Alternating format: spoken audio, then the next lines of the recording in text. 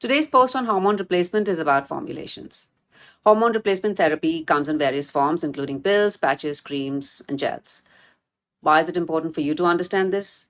Because each type of therapy can work differently, and depending on how the hormone enters your body, it may have different benefits and risks. So let's break it down for estrogen today.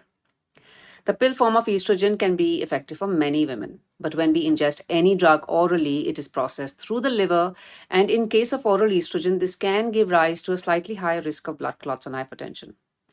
Which brings us to the next option, the transdermal one. And as the name suggests, transdermal, estrogen is absorbed through the skin and is available in the form of patches, gels, and sprays, depending on where you live. Now, because transdermal estrogen is delivered directly through the skin into the bloodstream, it bypasses the liver and so usually does not have the side effects that I mentioned earlier.